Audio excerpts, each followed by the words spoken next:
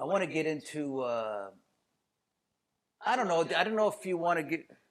Well, we could get into some Talk things. about whatever you want to talk about. Yeah, because this is actually more fun for me. But I'll talk a little bit about you did a role that's kind of for what, Battlestar Galactica or something. What role? I don't know. Is there a role that you're well known for, like before GH? Something that people would know, and because Well, I did Battlestar, yeah. Yeah. Um, Is that a big? How's that? How was getting it? Is it a big deal, or was it? it was cool, and it became a big deal because the show made such a huge impact. Yeah. Like, a lot of people like that show. And you were on for how long?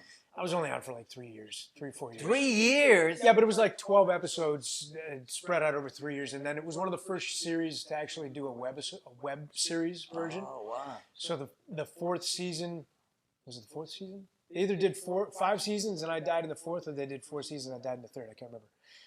But they had a whole arc written for a bunch of other characters, me being one of them, that didn't make it into the final script, so they put them onto these web episodes. And so we were kind of guerrilla shooting at the same time on set as they were shooting. Like sometimes we'd go from one set to the other. Like, I'd go and shoot on the main set on one day, and then I'd go and shoot on the webisode. Did they pay you less for the webs? I don't know. I don't remember when they paid me. I don't remember. It was in the like the original days of those when things were made for the internet. It was like one of the first big shows that ever put anything on the internet. So there was almost no pay system in place for it. Yeah. Because there was nothing governing that. And now that's all there is. Yeah. So I want to say, first of all, I want to say when I was auditioning with these actors who came in, there was another actor who was good, who I kind of knew. And, but Dom came in, he did the audition, and when he finished, it was like, I looked over and they're like this.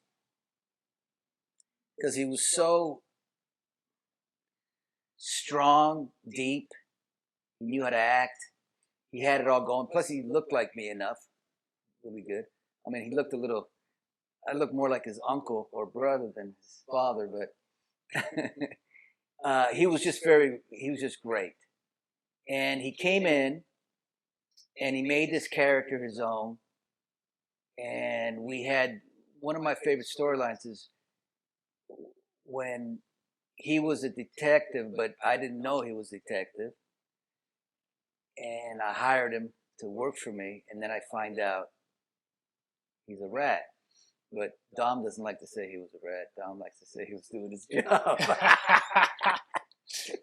But we had we had a show that was just, look, for soap opera, because it's very difficult to do what movies do. It is. It's just, we don't have no time, no money, quick, everything's fast. But for a soap opera, that show was just as like movie-like. I just watched it when it aired, when you guys were on a break. Oh. For the pandemic, they re-aired it, and I showed my kids, because when I was on the show before I left, my kids never had any interest in me being on the show. It wasn't until they've gotten a little bit older in the last couple of years that they wanted to see things that I've done in the past and stuff like that. Like, I did a kid show up in Canada, so I started showing that. I showed them that thing with Alan Thicke. They thought that was pretty funny. And then I showed them this.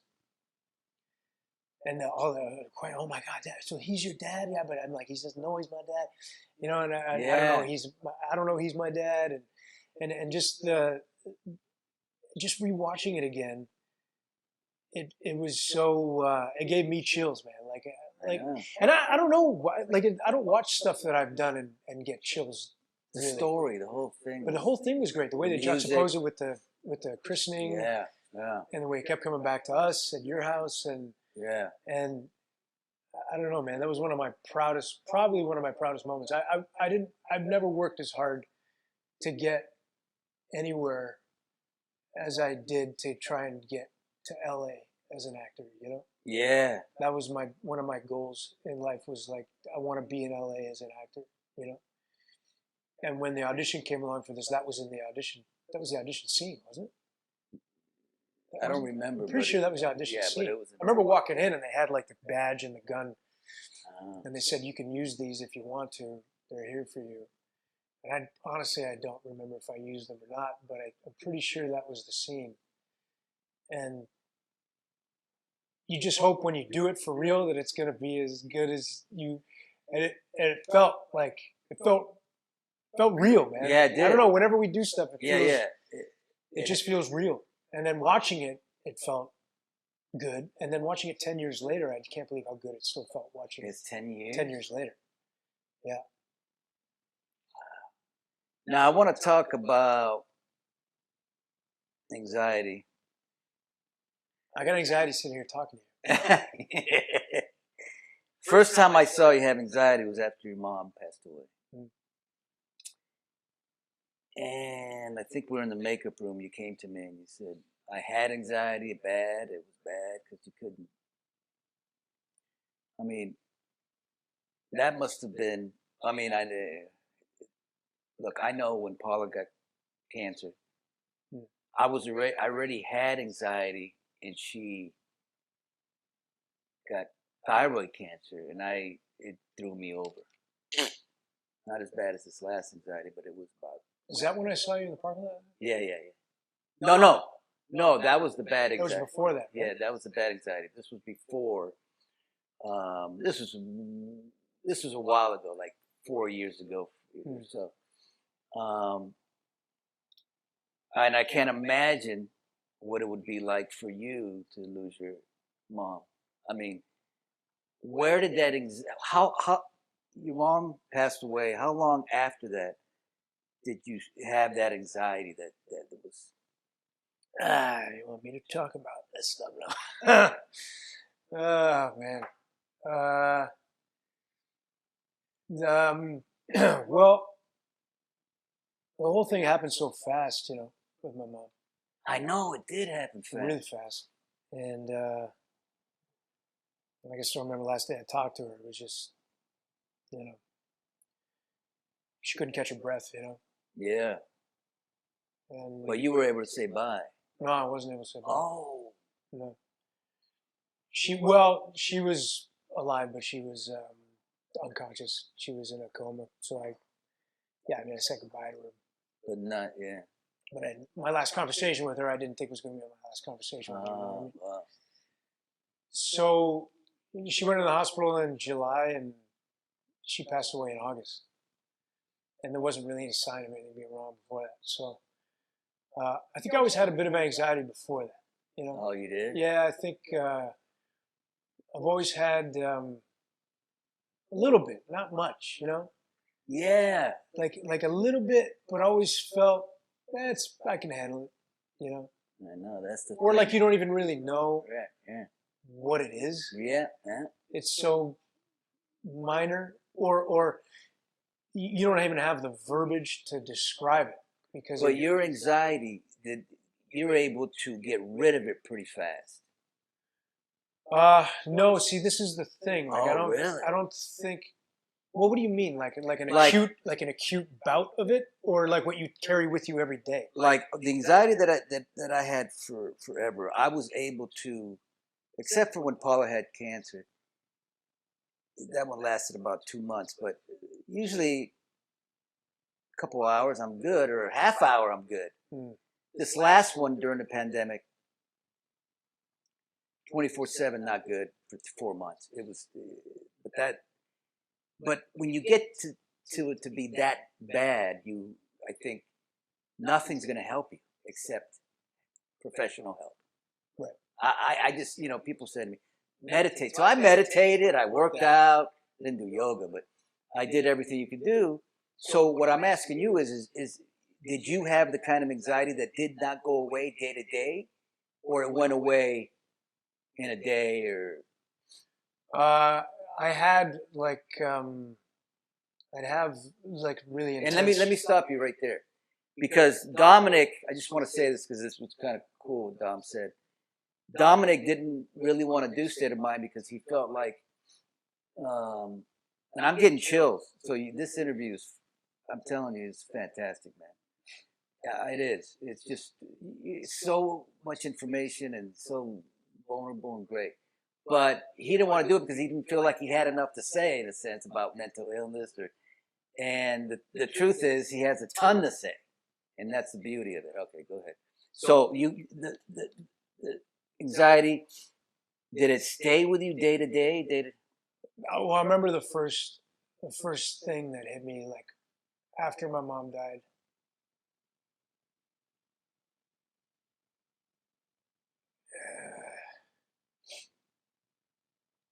You feel like your life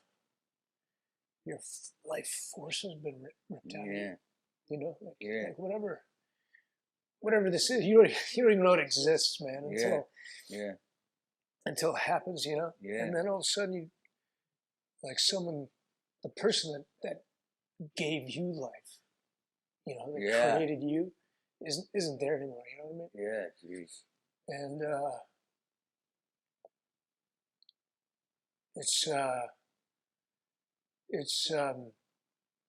I thought I was having a heart attack. When I was at home, I was at my parents' house, and I don't know if it was the night before. It might have been the night before we took my mom off of life support. Oh no, it wasn't. Oh no, it wasn't. It was a few weeks. It was a couple weeks before my mom actually passed. Is when I had my first real severe attack of whatever it was. I don't know. It has to be anxiety. It's anxiety in some form. I just didn't know. I don't know how to label it. But I was just sitting downstairs in my parents' living room and couldn't sleep, and it was like 1 a.m. and that's what the worst middle of the night. You're like alone, and it's like, what do I do? And you know, my dad was up in bed, but my sisters were, you know, at their houses with their families, and it was just such an intense period of my life. We were shooting. I would have to leave work and fly home for 2 or 3 weeks straight, every couple of days. Whenever I wasn't shooting, I'd be flying back. My brother-in-law would be picking me up, and my dad at the airport, going straight to the hospital, and you spend every day at the hospital, like, you know, praying that something changes, right? And then there's just the buildup, you know, tension, you know, you can see what's probably going to happen. And what's most likely going to happen, but you don't want to go there because it's like, what an awful thing to think that you could lose that person, you know? And, you know, emotions are high at home, like with your dad, my dad and I. And it's just, you know, just so much buildup, man. So anyway, I was downstairs by myself. It was like 1 o'clock in the morning. And I'd turn on the TV because it helped me go back. Usually it calms me down, you know. And nothing would calm me down that night. It was like, I don't even know what happened, but every single muscle in my entire body was engaged.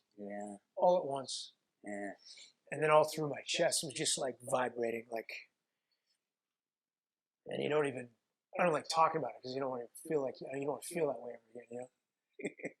But I called my wife, and she's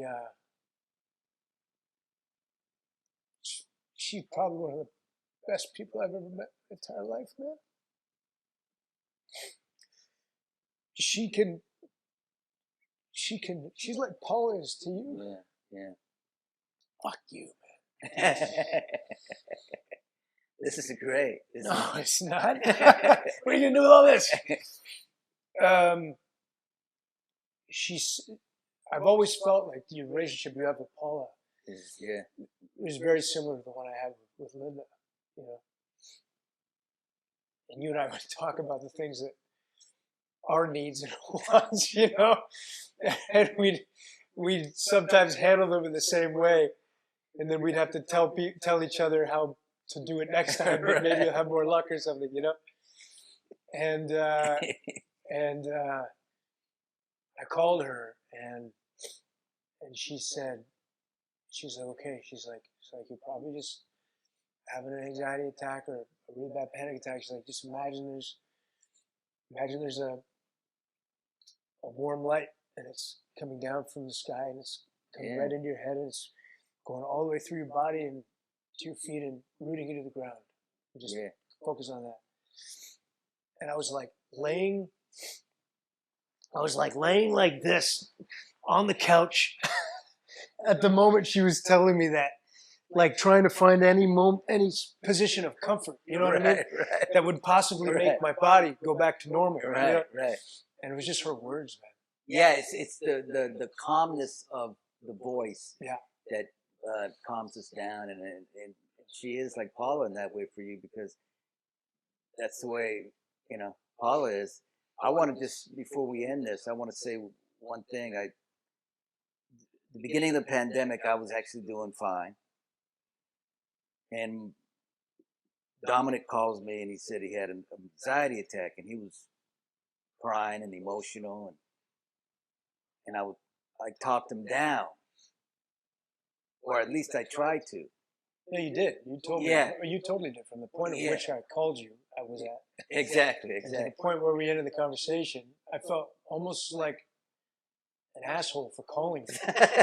You know what I No, mean? but it's important. That is important to talk to whoever can help you do that. It's very important. Yeah. Because that's what I don't really do, and that's not good. But after that conversation, about a day later, You were there? that was it. Right. I went to the depth that I've ever been, not with nervous breakdowns and manic episodes and mental hospital, but any kind of anxiety. I was at the worst, and it was after. I remember in my mind going, maybe Dominic. Well, what a selfish thing for me to do. Call you of all people that try. But you were one of the first people I would think to call, because you've been there and done it. I've done all the stuff, but look, when I'm feeling great, I love helping people. It's what I do. Yeah. But when I'm screwed up, I wasn't screwed up then. Yeah. It was because a lot of other things happened. Trust me. Yeah. You know what happened. Won't get into that, but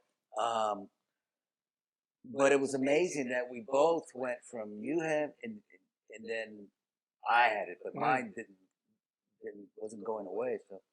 Right, because I think about what you say all the time. Like every time I do get, because what's happened from that moment in my life, that time in my life when my mom was, sick, and ever since I've had those panic attacks.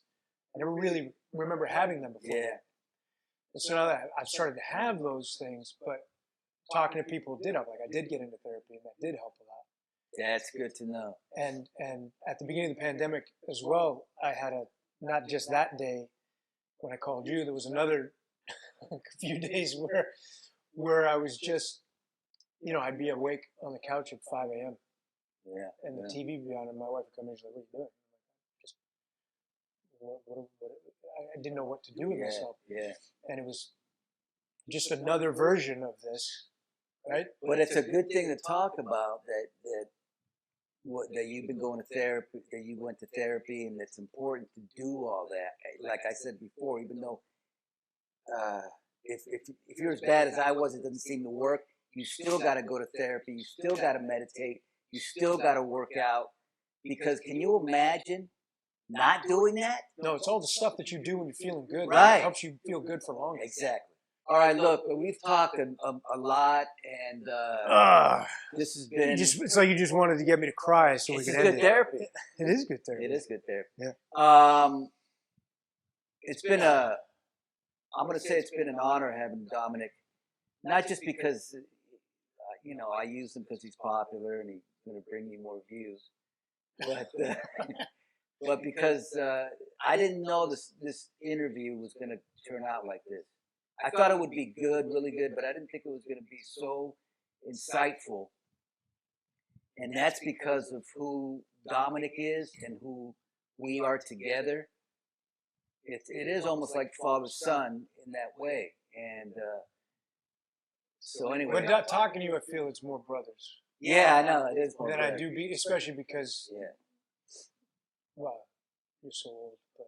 But also with fathers, sometimes you can't go. Well, that's what I was going to say. Like, there's an element to this that it's like you don't get to have with your father, because even if you're ready to do it, sometimes your father isn't ready to do it. Exactly. You know what I mean? That's probably more of the things. Like Exactly. That generation isn't ready to do that kind of stuff. That's the thing with that generation. So anyway, Thank you, Dom.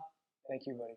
Thanks for And it was just beautiful. And I'll say this again because I know it's true. You're going to help a lot of people with how you just talked for the last, I don't know how long it was. It doesn't matter. Too long, probably. But you're going to help a lot of people. All right, cool. Thanks, buddy.